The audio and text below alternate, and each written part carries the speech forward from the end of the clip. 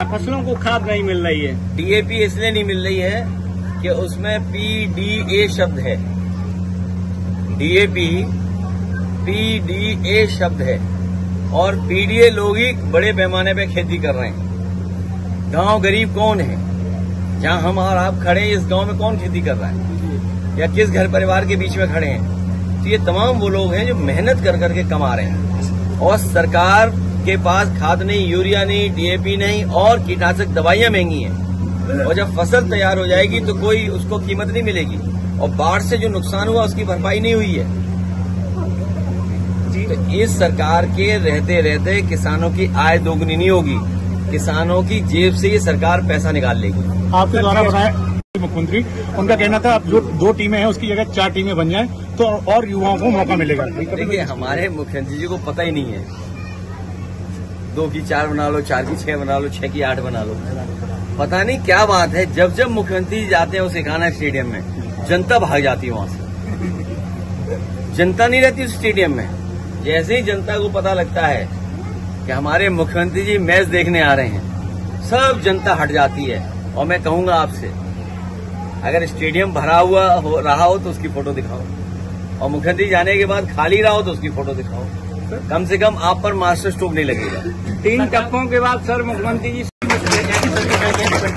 ये गड्ढे तब भरे जाएंगे, विकास तब होगा जब बीजेपी जाएगी, इलाज गरीबों को तब मिलेगा जब बीजेपी जाएगी, बिजली तब मिलेगी जब बीजेपी जाएगी, नौकरी तब मिलेगी जब बीजेपी जाएगी, महंगाई कम तब होगी जब बीजेपी जाएगी। इसलिए बीजेपी हटाओ और आप लोग भी आजादी पाओ। सर, आउटसोर्सिंग के बारे में क्या कहना चाहते हैं? मर्यादित भाषा का प्रयोग करते हैं, क्या कहोगे सर?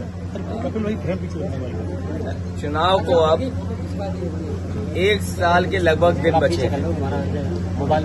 उत्तर प्रदेश का चुनाव 1 साल के अंदर या 1 साल का आसपास समय बचा है सरकार के पास। और अब तक अभी हम लोगों ने जो बजट देखे हैं उत्तर प्रदेश सरकार के, 9 बजट देख चुके हैं। आखिरी बजट आना है जो अब आ जाएगा आने वाले समय में।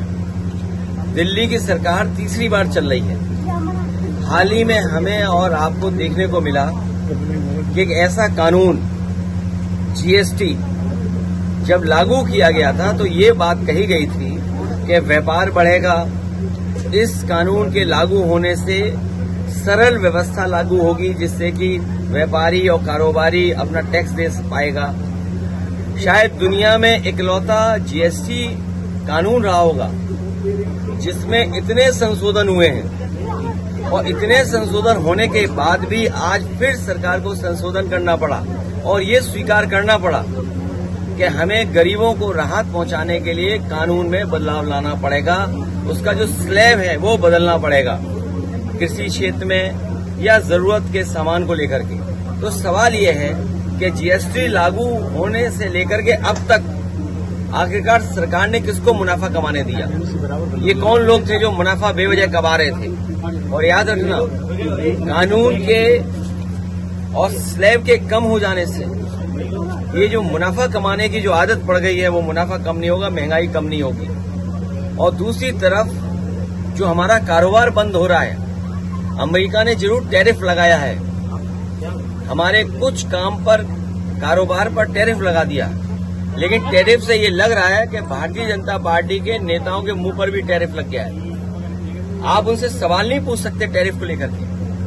हमारे भदोही का कारपेट, मुरादाबाद का ब्रास का एक्सपोर्ट, मेरठ का, सहारनपुर का, फिरोजाबाद का, तमाम जो एक्सपोर्ट होते थे अब पाबंदी लगने के बाद उनका नुकसान होना शुरू हो गया। उनका नुकसान होगा, कारीगर जो जुड़े उनका नुकसान होगा, अंतोगत्वा हमारी अर्थव्यवस्था का नुकसान होने जा रहा है। अमेरिका अगर अपनी अर्थव्यवस्था को बचा रहा है या अपनी अर्थव्यवस्था को मजबूत कर रहा है तो हमें भी ये सोचना चाहिए कि हम अपनी अर्थव्यवस्था को कैसे बेहतर करें। उसके लिए हमें फैसला लेना चाहिए। मेक इन इंडिया बर्बाद हो गया। स्वदेशी का नारा केवल मुंह से है, मन से नहीं है।